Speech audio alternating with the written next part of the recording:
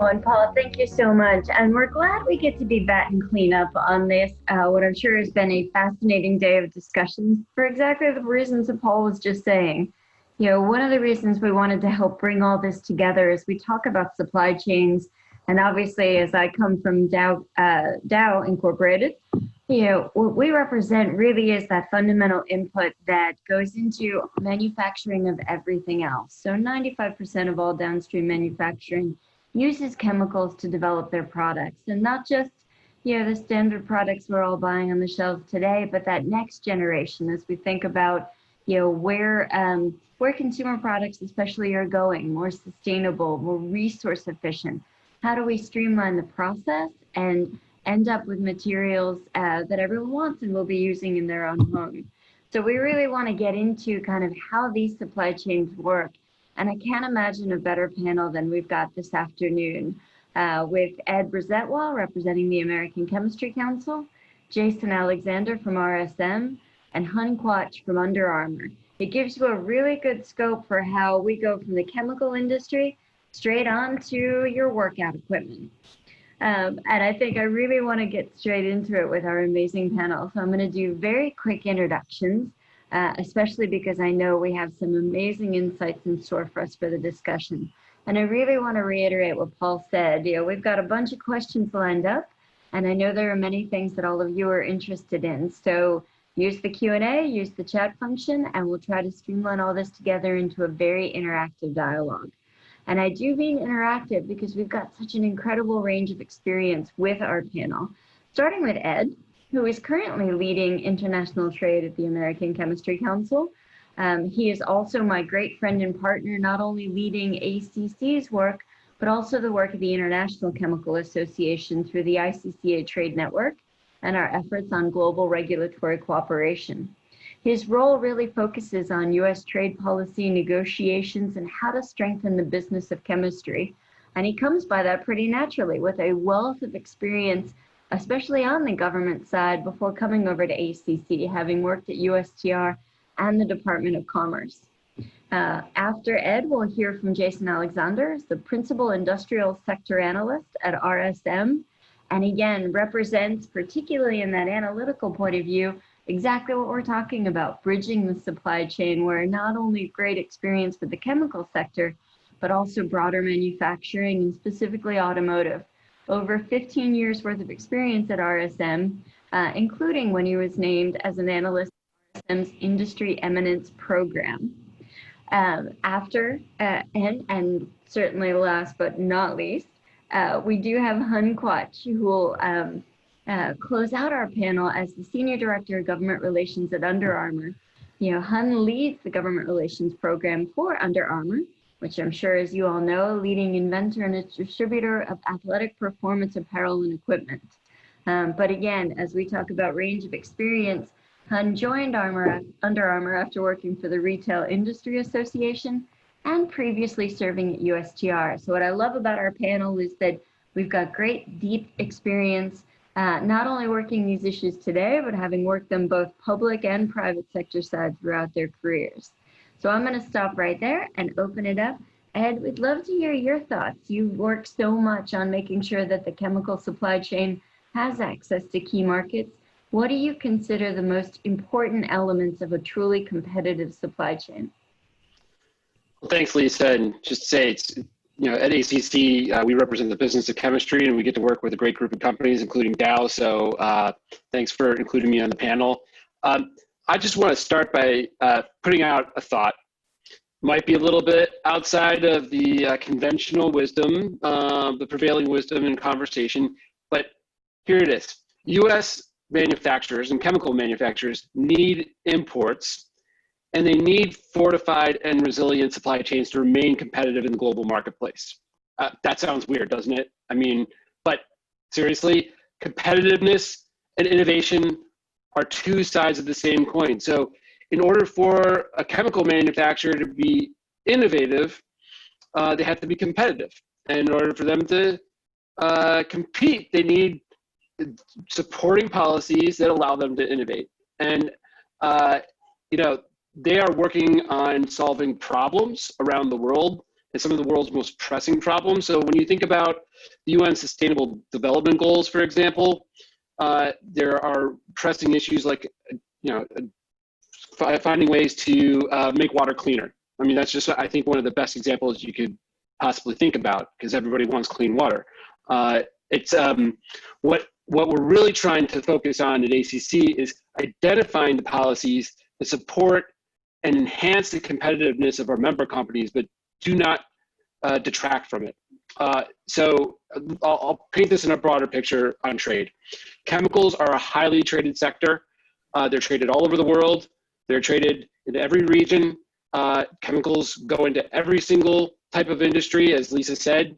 In the United States, we are a net exporter of chemicals. So that means that we export more than we import. But, and we have a trade surplus. Our trade surplus as an industry was going up until we found retaliatory tariffs facing our products. And our projections have been slowly going down. So that's one cause for concern from us with respect to trade and supply chains. But chemical manufacturers, they rely on global and regional supply chains, like I said, to remain competitive, but also to reap efficiency gains, to innovate, to respond to demands from all their downstream customers across sectors. And so let me give you a couple of examples, like autos, agriculture, building and construction, healthcare, information technology, aerospace, and textiles and apparel. So, but the thing is, they do need imports to remain competitive, because not all the things that they need, the inputs, the raw materials, the building block chemicals, are found in the United States. They're not made in the United States exclusively. And often they're not there in enough quantity or quality. So they need to import from other parts of the world, including even from China. And this is why chemical manufacturers spend so much time and resources on planning supply chains, which take years, establishing the business relationships that underpin those supply chains. And those business relationships, it's even hard to quantify the value of those. Those are incredibly important to manufacturers. Building the supply chains, maintaining them, and then making them resilient to external shocks, whether they're natural disasters, political events, and policy changes, as we find out over the last couple of years with respect to tariffs. But it's not easy, cheap, or desirable to reorient a supply chain from a company perspective. There's, like I said, there's intricate components, and they're grounded in long-standing relationships at both the business and the personal level. So policies that are designed to force companies to move their supply chains back to a particular company or to another, or back to a particular country or to another country, inevitably that's just going to lead to higher costs, less innovation, less job creation, and market segmentation. So I want to establish another key notion here. We often think about supply chains from an import perspective, but exports from the United States to the rest of the world are part of supply chains too. And our companies in the chemical sector want to export more to the rest of the world because we are so competitive. But if a government decides, hey, we want to wall ourselves off from global competition to support our domestic manufacturers, they're going to experience a loss of export competitiveness ultimately, as governments then erect their own barriers to US goods and services. Now, if the message is that US companies should be satisfied with just the US market, companies are going to find their way to produce for the rest of the world outside the United States, because most of the consumers outside in the rest of the world are outside the United States. The US is a big market, but the world is quite large too, and it's growing. So I'll stop there for my opening remarks, Lisa, but I look forward to engaging the conversation.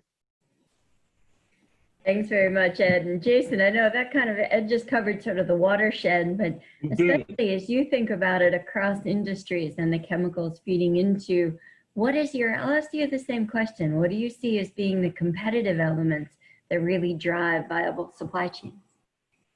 Well, I think over the last couple of years, Ed kind of pointed out, we've seen growing geopolitical tensions, which I think have been compounded by the current pandemic. And, that really has encouraged, I think, a significant questioning of globalization across many industrial sectors, including the chemical space. And so, I don't think this is the first time, that this call has come up, and I don't think it's going to be the last time it's debated. But I don't think most people have a true appreciation for the complexity, or the amount of time and money that have gone into the development of supply chains over the last 30 plus years. When I think about supply chains, I think about integration, the dependency between different levels, players throughout the value chain. And quite frankly, I would say that the vast majority of our clients in the sector believe that they need to be where their customers are at. I think which allows all members of the ecosystem to benefit from, innovation, from, shorter supply chains, and, that's going to lead to ultimately, swifter movement of both raw and finished materials. And so, I think people have talked about organizations taking a hard look at their supply chains. And I think that the pandemic really has forced organizations to be much more focused on, obtaining real-time visibility into their supply chains and, across all tiers, to effectively respond to, the market's disruptions that we saw, as well as, effectively manage risk on their side. So, this is an area where we see opportunity for a lot of organizations in the space. Again, what we have seen at our clients and across most of the middle market is that, many organizations have been slow movers when it comes to digitization and overall technology adoption at their organizations. So, we really are seeing this now as a time for organizations to really look at new ways to drive efficiencies across their organization, whether that is an overall digitizing agenda for the chemical space, including, the greater adoption of artificial intelligence, machine learning, robotic process automation, and other technologies across the organization. So, we really look at, some of the challenges that are, perceived challenges that are coming out of this as a means and a mechanism to, accelerate the adoption of technology in the industry. Forgive me.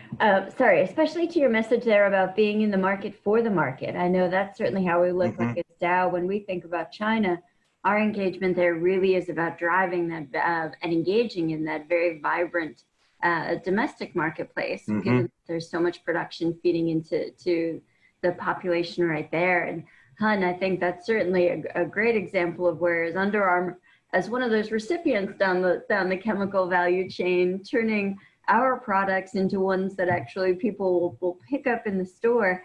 Very curious, into your sense, how does this all fit together in a drive to competitiveness? Great, thank you so much for the opportunity to be on this panel. I'm a little bit fangirling because I get to be on a panel with Ed and Lisa, who I've worked with for many years, and Jason, I'm excited to be on this panel with you as well. So for the folks who don't know, Under Armour is a global athletic performance apparel, footwear, and accessories company. We're based in Baltimore. We're homegrown, but we have a global reach. So we've got athletes all around the world who are putting on our products every day, our shirts, our shoes, and using our accessories to perform. So we build basically performance solutions you never knew you needed and can't imagine living without. One of the values that we have is we create fearlessly. So this means that we're scouring all parts of the world to bring the latest innovation in the clothes that you put on your body, the shoes that you put on your feet, and the accessories that you wear that you need. We're working to bring this to life for athletes. So we work closely with companies that share our vision for things like sustainability. We're working with them to accelerate the research and design to make their products better, to help athletes run faster, go further, and work more efficiently. So we developed, for example, a really good example of some of the innovation that we are investing in is a dyeing system that helps our t-shirts retain their vivid color longer while reducing water and energy usage. Some of this innovation is homegrown as well. So where we can source them efficiently here in the United States, we do. For example, we're working with a North Carolina company that makes thread out of recycled water bottles that we then incorporate into Under Armour t-shirts.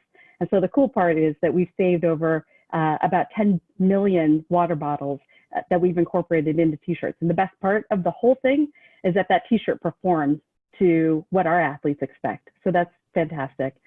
Some of these products that we produce abroad are because of the manufacturing ecosystem, because it exists there.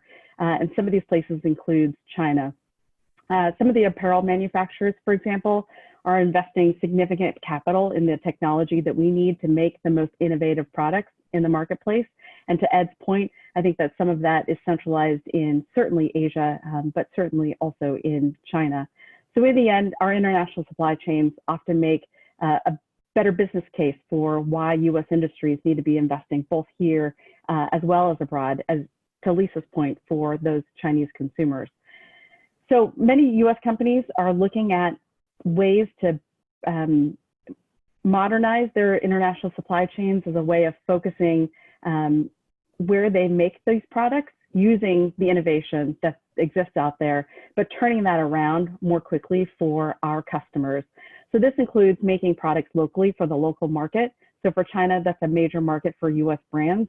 And we certainly are looking to unlock all of that potential.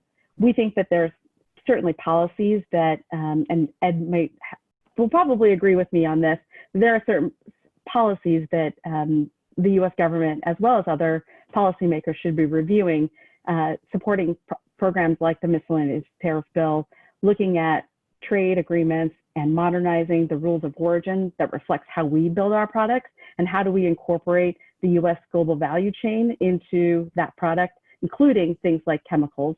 And then we're working in partnership to make targeted investments to support this growing demand for faster, fresher products made in the United States. But this partnership that we need to do here in the United States, just that ecosystem needs to grow a little bit more before we're able to bring that back. And those complexities, I think we'll dive in a little bit deeper during this conversation. And great points, and actually perfect illustration. I wanted to, on this first question, I really want to kind of deep dive a little bit more into those nuts and bolts.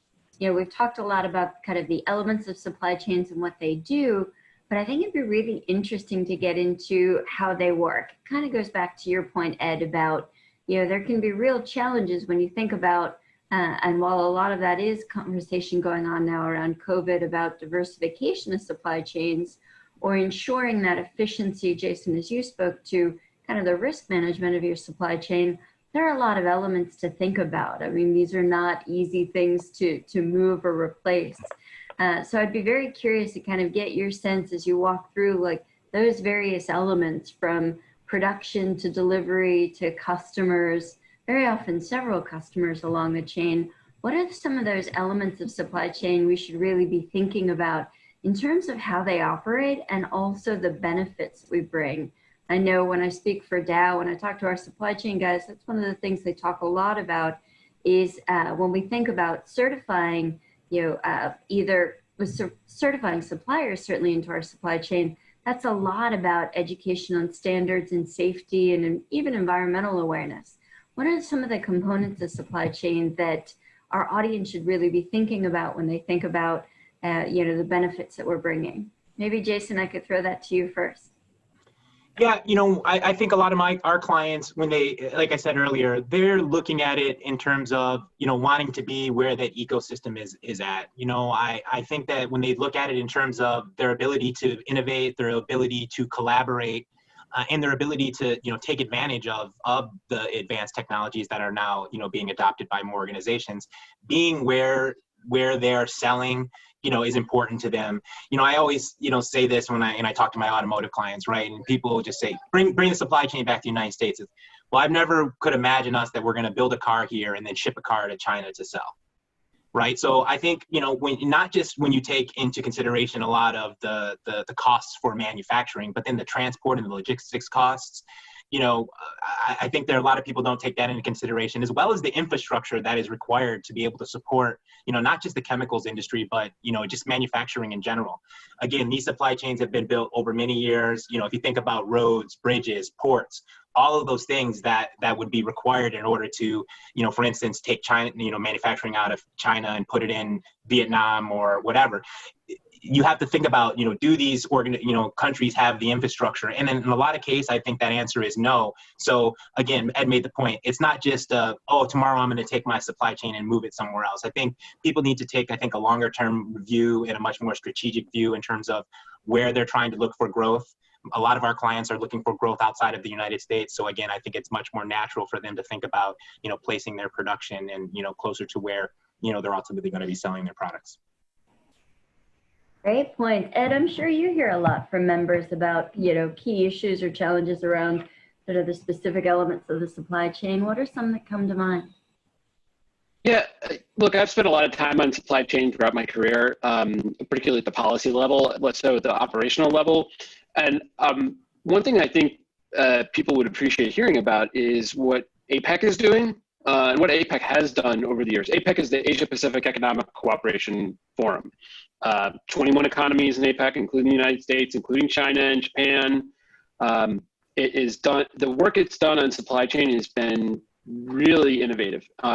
It's focused on the performance of supply chains, and this is what companies really want: is for governments to really provide policy support for making supply chains faster, more timely. So, the metrics that they focused on are reducing the time, cost, and uncertainty of moving goods and services through the Asia Pacific. I think those are very broad, but as you know, Lisa, what businesses hate the most is uncertainty. And the more governments inject uncertainty in the trade policy environment, the weaker the supply chains are going to be. So if they had proactive policies that reduce the time it takes to ship goods into a market or export goods out of a market, reduce the cost of those transactions, really hone in on trade facilitation, companies would love that. And the uncertainty piece, there's so much value in making trade more certain and not, haphazardly levying tariffs here and there and pulling the rug out on companies in their planning process. And I think that's what our companies really are worried about the most, is they put years and planning and they put so many resources behind planning their businesses that when they want to export to one market and all of a sudden a tariff comes on or another type of barrier to trade, it doesn't make that investment or that plan look very good, frankly. I'd love to touch on the NTB when you're ready, Lisa, but I'll leave that to your discretion. All right, I promise we'll come back. Next question around will be around some of those policy elements that impact those nuts and bolts of supply chain. But we'll give Han a chance to weigh in first. And I can imagine, especially with that issue of timeliness and fast and efficient delivery, particularly in fashion wearables, has to be a real impact to Under Armour. Absolutely. Our supply chain moves so quickly, and to Ed's point about uncertainty, the COVID situation has certainly added additional complexities into our supply chain. And we're thinking about, over the last several years, we've been consolidating the number of vendors and manufacturers that we work with to try to build stronger relationships with them. And in that process, we've also developed a co-creation process that allows us to be more nimble and allows us to bring more products to market in a faster way. And so to Jason's point about infrastructure, I think, we can certainly talk about what that infrastructure would look like, but the alternatives for some of the products that we make just doesn't exist out there. There is no mecca that has been untapped or undiscovered by apparel and footwear manufacturers yet, where everyone is racing towards. I think that the predominant production of things like apparel and footwear is certainly in Asia and centralized in Southeast Asia as an example, but China still has expertise in a number of different areas, and certainly that ecosystem, as I mentioned, exists there.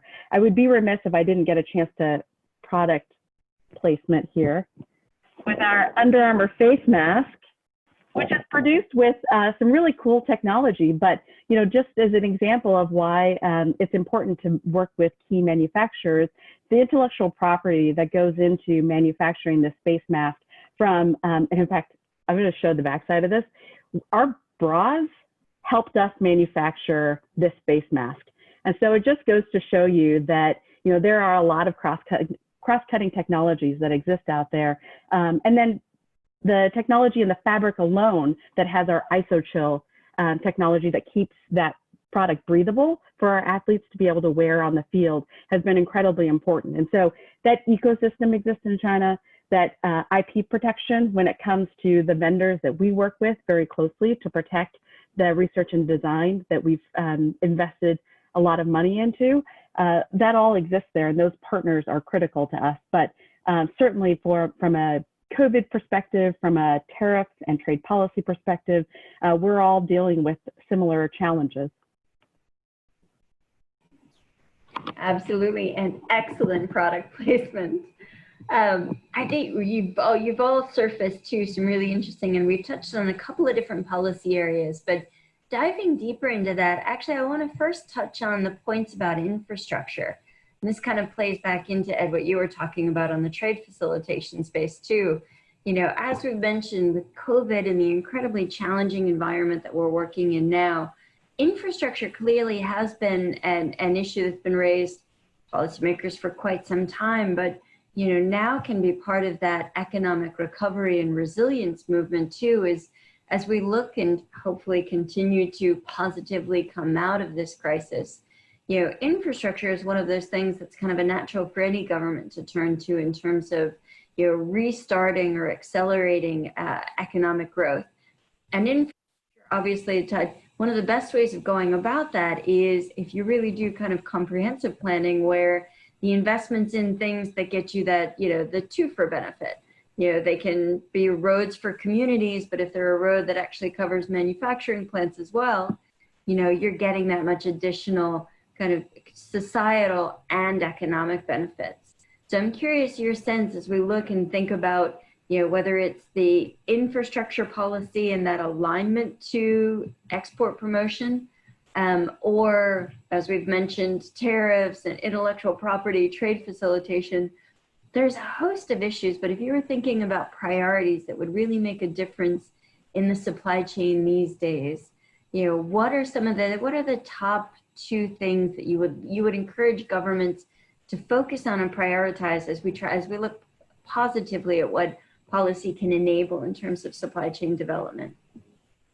Ed, why don't I start with you and let you get your MTB mention in again? Yeah, so Con mentioned the MTB, and I just want to tell a little story here about what the MTB is. It's the Miscellaneous Tariff Bill. It sounds incredibly bureaucratic. So wonky. So wonky. But you know what? It's one of the most important pieces of legislation for U.S. manufacturers. And I'll tell you why. The MTB, every couple of years, Congress gets together and says, we're going to provide tariff relief. We're going to suspend or reduce existing most favored nation duties on products that are essential to the competitiveness of U.S. manufacturers, right? So there's a recognition implicit in that that imports are necessary for manufacturing in the United States, and that some products are not available in sufficient quantity or quality in the United States, or available at all. So why would we as a country want to apply a tariff on those products? So this is I want to say it's a regular process, but it should be more regular. The MTB that was passed in 2018 that the president signed into law expires at the end of this year. And so there's a process underway to have a new MTB with a whole new set of tariff suspensions and reductions. And the interesting part about this, when the president signed this into law on September 13th in 2018, 10 days later, the administration imposed the China Section 301 List 3 tariff. So at that point in time, it was 10%, then it got ratcheted to 25. And later, practically like 1 year later, it imposed the List 4A tariffs on a whole another range of products. There is overlap between the MTB and the China Section 301 tariffs. So the MTB's tariff suspensions and reductions do not cut into the additional tariffs under Section 301. So you know, if you had like a 5% tariff that got suspended to zero, and then the 25% China Section 301 tariff came in, you're still paying that 25%, right? So for our members, China Section 301 tariffs hurt in that regard because it made it a lot more expensive to procure really important inputs to manufacturing in the United States. May have helped a little bit to hedge the pain, but this is why we're fighting for, you know, more MTB tariff suspensions and reductions to ease the pain of the China tariffs. And I just want to say, you know, on the one hand, the Congress and even the administration decided, hey, these imports are necessary for the competitiveness of U.S. manufacturers, including chemical manufacturers, who like filed numerous, you know, thousands of petitions. But on the other hand, the administration said, Well, we don't think they're actually that essential. So we're going to slap a 25% tariff on the same products. And so, I just think that there's some policy dissonance there that, maybe brighter minds than me need to figure out. So I think it sounds very much like an endorsement of a fair, regular MTB process, and I'm sure that's something that you would be supportive of. And knowing that's one of the issues, what are other policy issues that you look at that have have the potential, or that you would encourage governments to think about as we go forward, especially ones that will really help and sustain, as you said before, certainty in these supply chains? Absolutely. I think that clear policies that are supportive of U.S. manufacturing, but also taking into consideration that U.S. global value chain. We had Under Armour as part of the U.S. Global Value Chain Coalition, which commissioned a report 2 years ago that evaluated the apparel value chain and established and figured out that 75% of the value of an imported apparel product is here directly from the United States. And so when you think about what that 75% comprises of, it's the research and design, it's our innovation teams, it's our folks that work on transportation and logistics, the compliance folks that check to make sure that the products not only do the things that we say that they're going to do, but also are safe for our customers to put onto their bodies. And so when you think about how our U.S. trade policies are established, it's really archaic when we think about, the rules of origin for apparel products are based on yarn and that sort of basic thread. And because the value chain just has evolved so much over the last 40 years, I think there's an opportunity for us to take a look at that. That includes reviewing programs like the Generalized System of Preferences. This is a program, a program for developing countries. Currently, footwear and apparel are not allowed to be included in that. It's one of the explicit products categories that are excluded from GSP. There could be an opportunity for us to modernize the GSP program to allow for some of these products that are not domestically competitive for us to be able to import and not have to pay the extremely high tariffs of, for apparel items up to 37%, and for some footwear items, 67% tariff that we're paying. And I think when it comes to the thing that I've learned here when it comes to tariffs is that our tariff system has not kept up with the way that we build shoes in the United States. There's so much innovation, and working with companies like Dow, we have developed some really fantastic products that not only are lighter, but help you go faster and help you go longer and be more efficient. And so for all of these reasons, we should be taking a closer look at how the industry is utilizing these footwear rules of origin to be able to modernize our trade policies that reflect and support U.S. companies like Under Armour. Yeah, it's still my favorite USMCA example. One of the reasons of re-looking at kind of the components that make up qualify automobiles, and when you still had cassette tapes in cars as one of those elements. It shows things have moved on a lot in the times, and I know, Jason, you've talked about that too. When we think about what technology is doing to advance these supply chains, what would be your policy recommendations for how we can take them to the next level?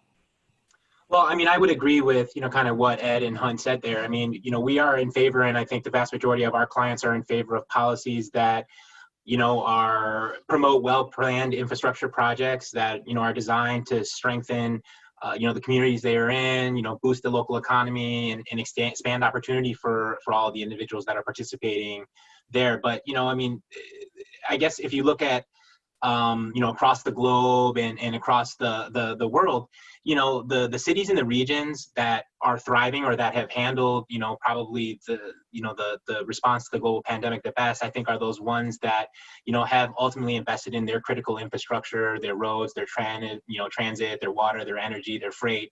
And so, again, I think we are all about, promoting policies that, allow organizations to take advantage of, well-planned and well thought out investments and, partnerships with governments as well. So, but we also look at it at the same time, and we think that, poorly designed policies, really inhibit growth, stymie innovation, and really are not really when I have conversations and when we have conversations with our clients, are really not attractive for organizations to want to come in and play in those types of environments. So, and that's kind of, my perspective there.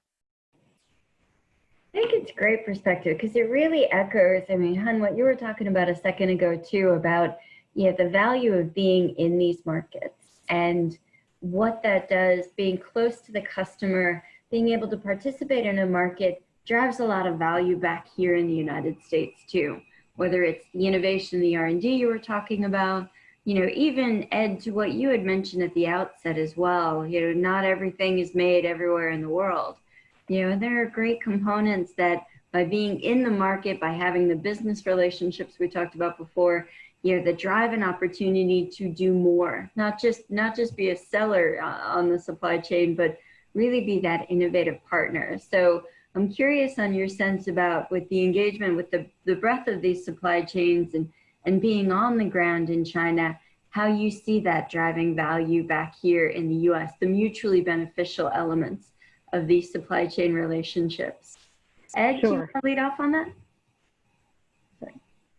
I think Han was ready to jump in, so I think she was too. I think she was all over that. Too. Please, Han, you kick us off. Great. Well, I think that there's definitely a stronger relationship that we are building with our vendors, like I mentioned earlier. And I think that those, the benefit of being on the ground, our COO, who is our Chief Supply Chain Officer, just traveled to Hong Kong.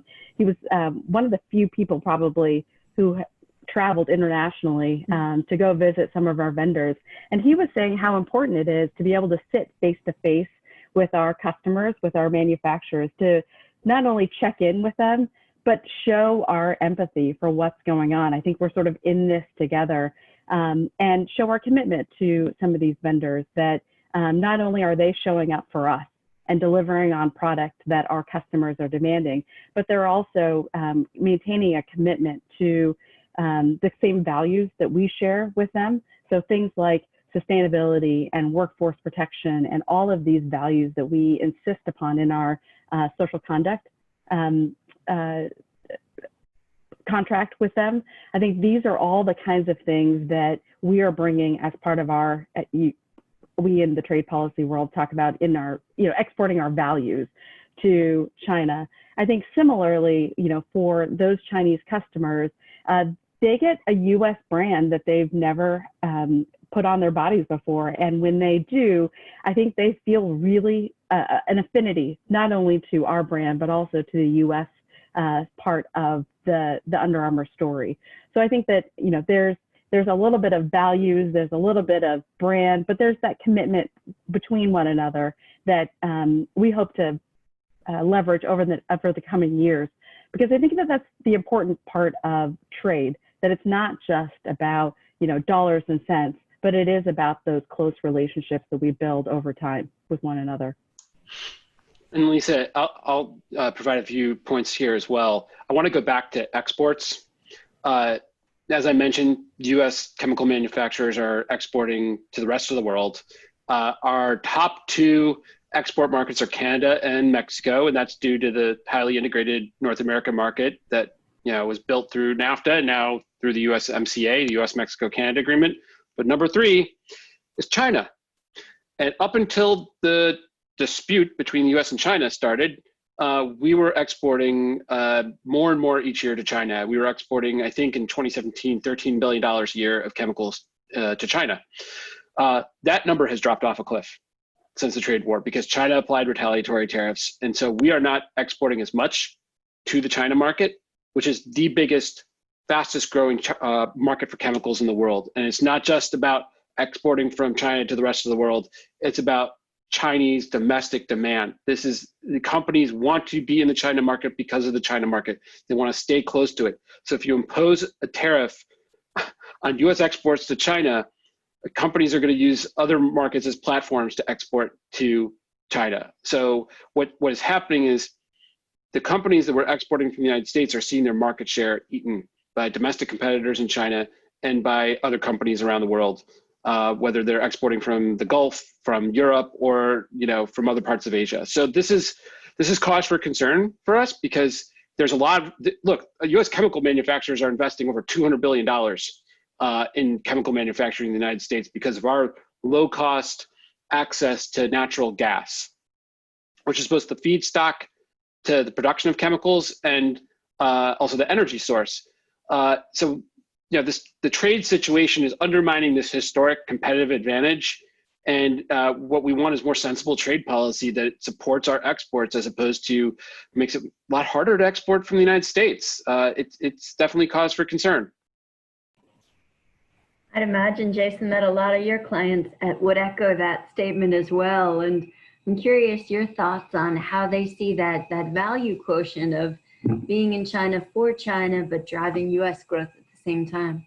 Well, I think, again, most of my clients and the vast majority of my clients see being in the local markets as the preferred thing. And when they look at it from the perspective as well as, a lot of them are looking for the markets in terms of where they have growth. A lot of my clients, the growth is not coming from the U.S. market.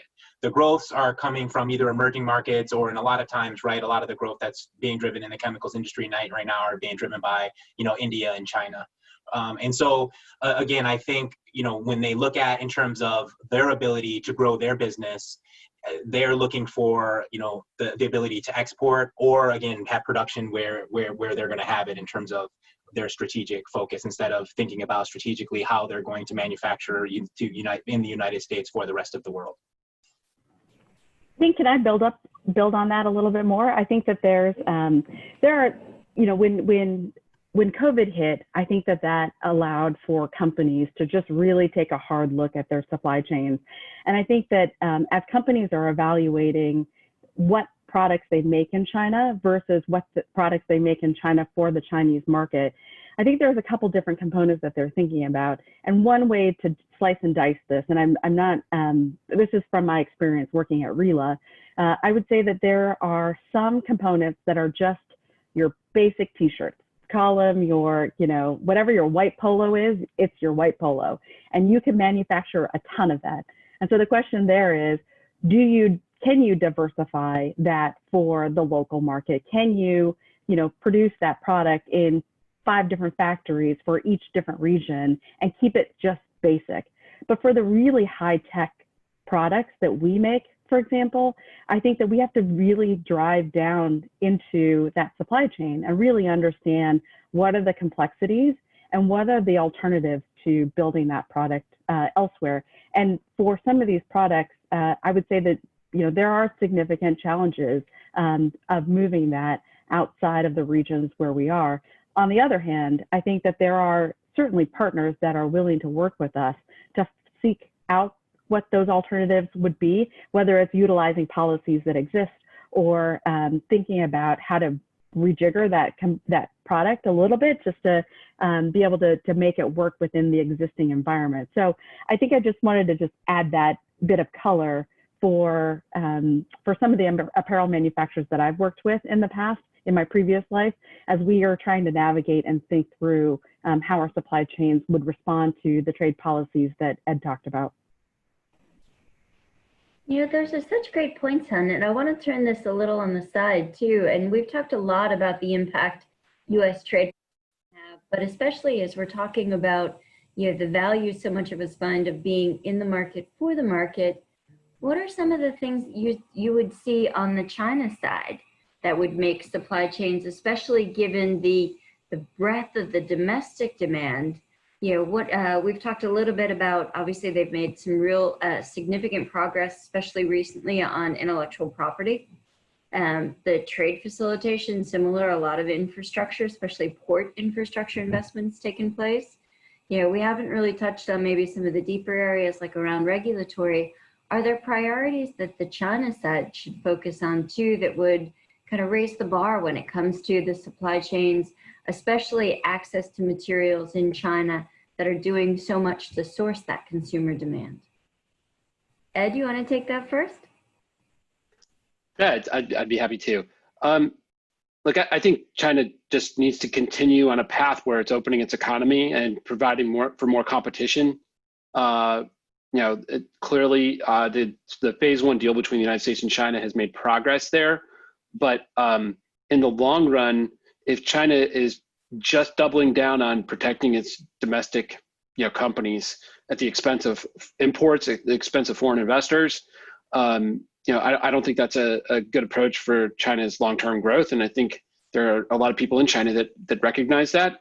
What would be useful from a trade perspective is, again, more trade facilitation, not just at the ports. I mean, the ports are obviously really important, but a lot of the growth domestically in China is going to come from not so much the coastal regions, but the interior of China, and really making sure that if you're supplying goods from the United States or any part of the world into the interior part of China, you can get those goods to facilities in a timely way and in a costless way. So, China is a huge market.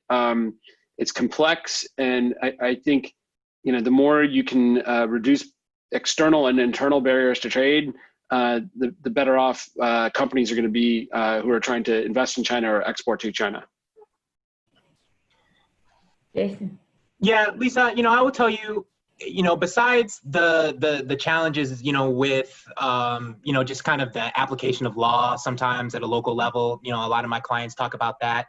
But I'll tell you really the two big areas that the vast majority of our clients express challenges to us are in regards to, rising labor costs, as well as, finding the right amount of skilled labor. I think, those are two areas where, a lot of our, clients, I think they have adjusted in a lot of cases to the regulatory requirements and the challenges that they are facing there. But I think as the Chinese markets continue to mature, I think they're now starting to feel some of those growing challenges and growing pains that you get as China has become a much more developed and advanced economy and a nation. And so I think some of the things that have historically plagued manufacturing in the United States, they are starting to be some of the issues that our clients are bringing up on their end there related to China. It's such a great example because it really does illustrate how much common cause. I mean, skilled labor is definitely an issue we see in the States as well. So all good examples of where we can partner up. And Han, how about in the apparel industry? Sure, and I think that I would remind folks that Under Armour is not just an apparel, footwear, and accessories manufacturer. We also are a tech company. And so Under Armour acquired My Run and MyFitnessPal years ago. And so policies like data localization is really important to us. IP protection is really important to us.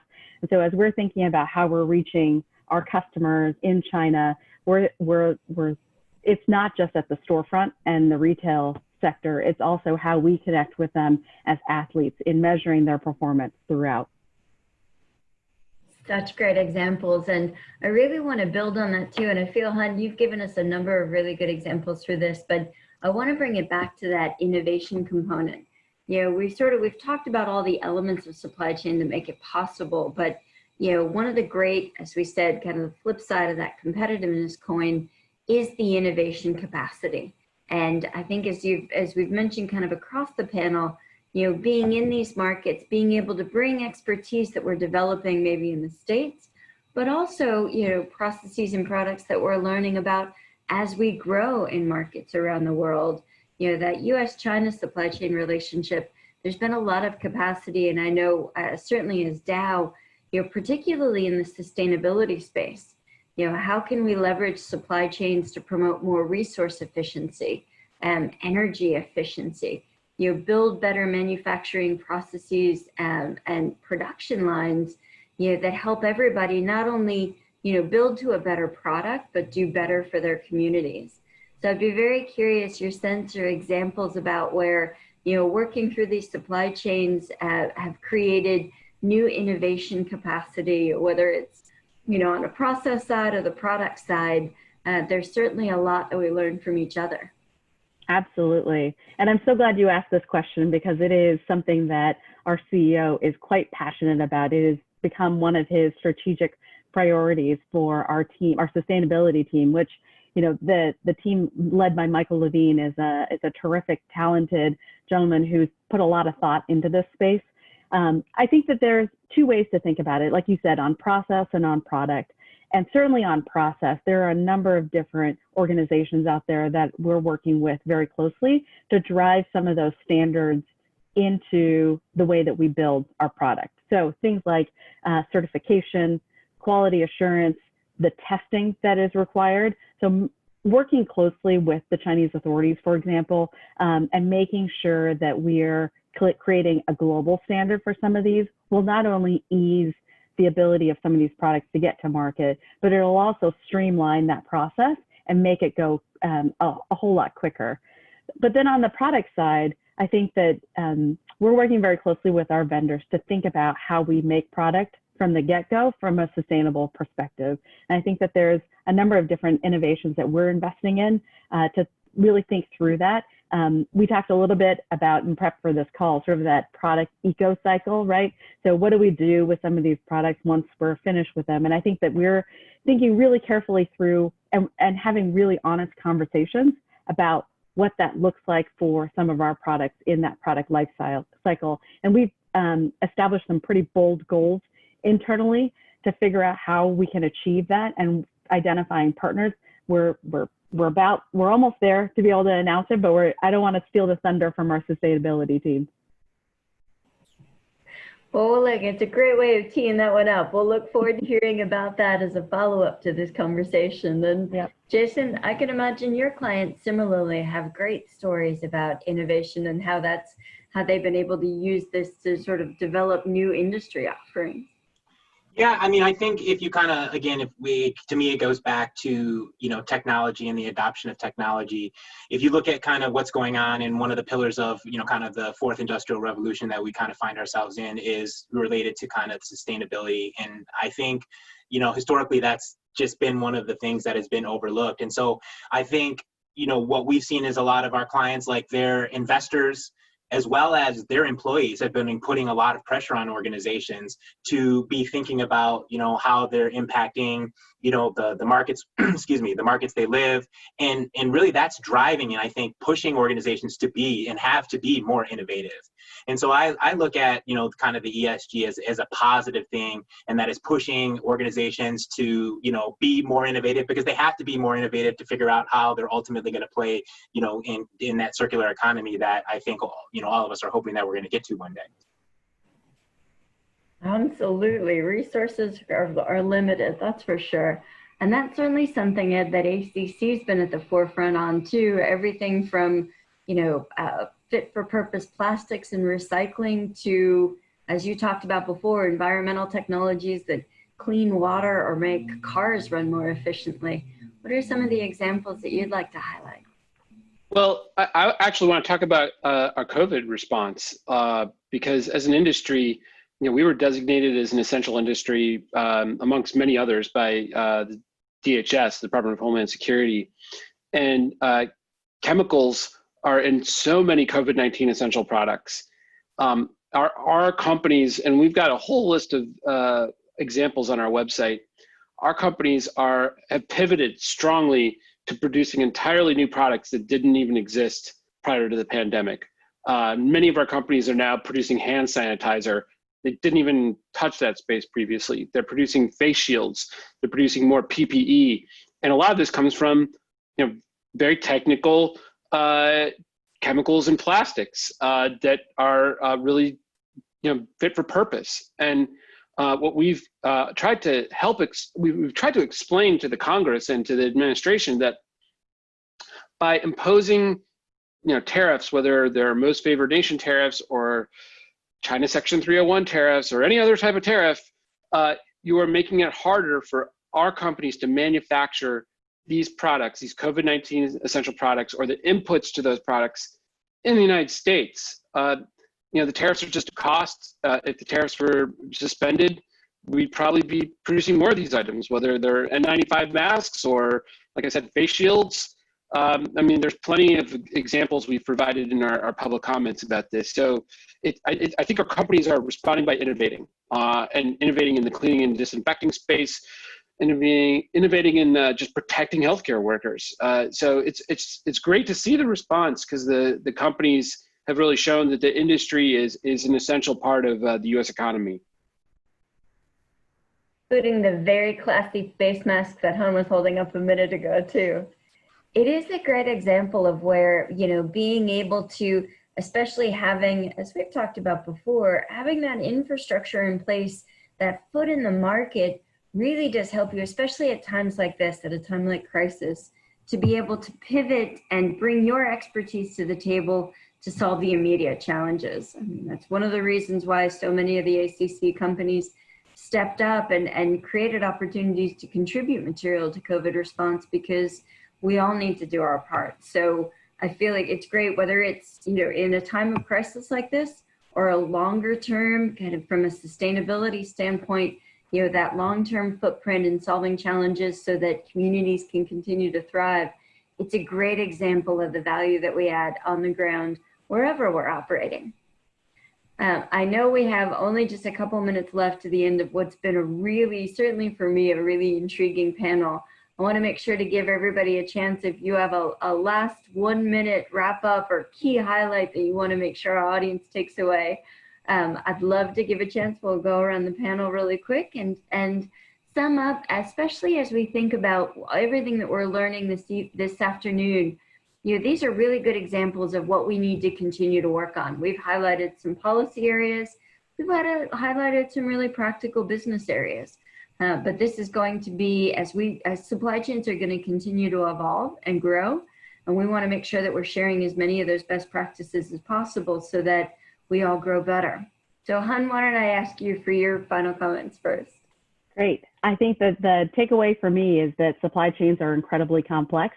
There are a number of different companies that we involve ourselves with. So it's not just Under Armour, but it's also companies like Dow that we work very closely with, US brands within that entire supply chain.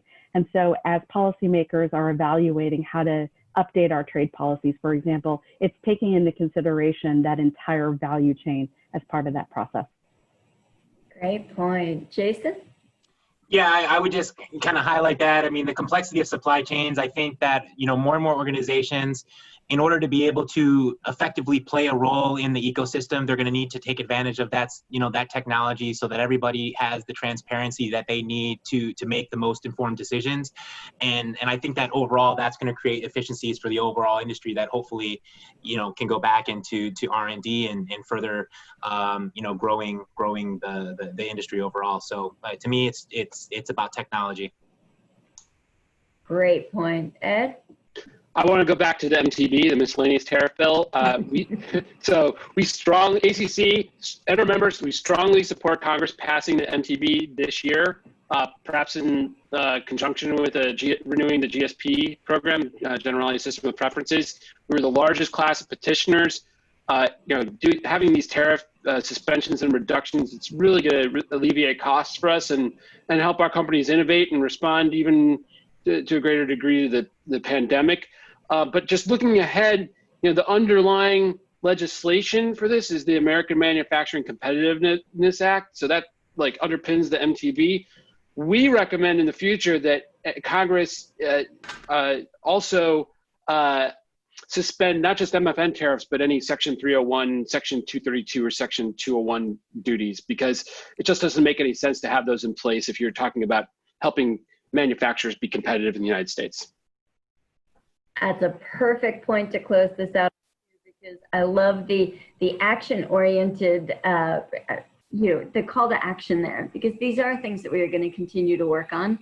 We're just really grateful, obviously, that USCBC gave us the opportunity to have this panel today. And I couldn't add, this has been certainly one of the highlights of my week, especially being able to have this conversation with some really good friends and longstanding colleagues on such a critical set of issues.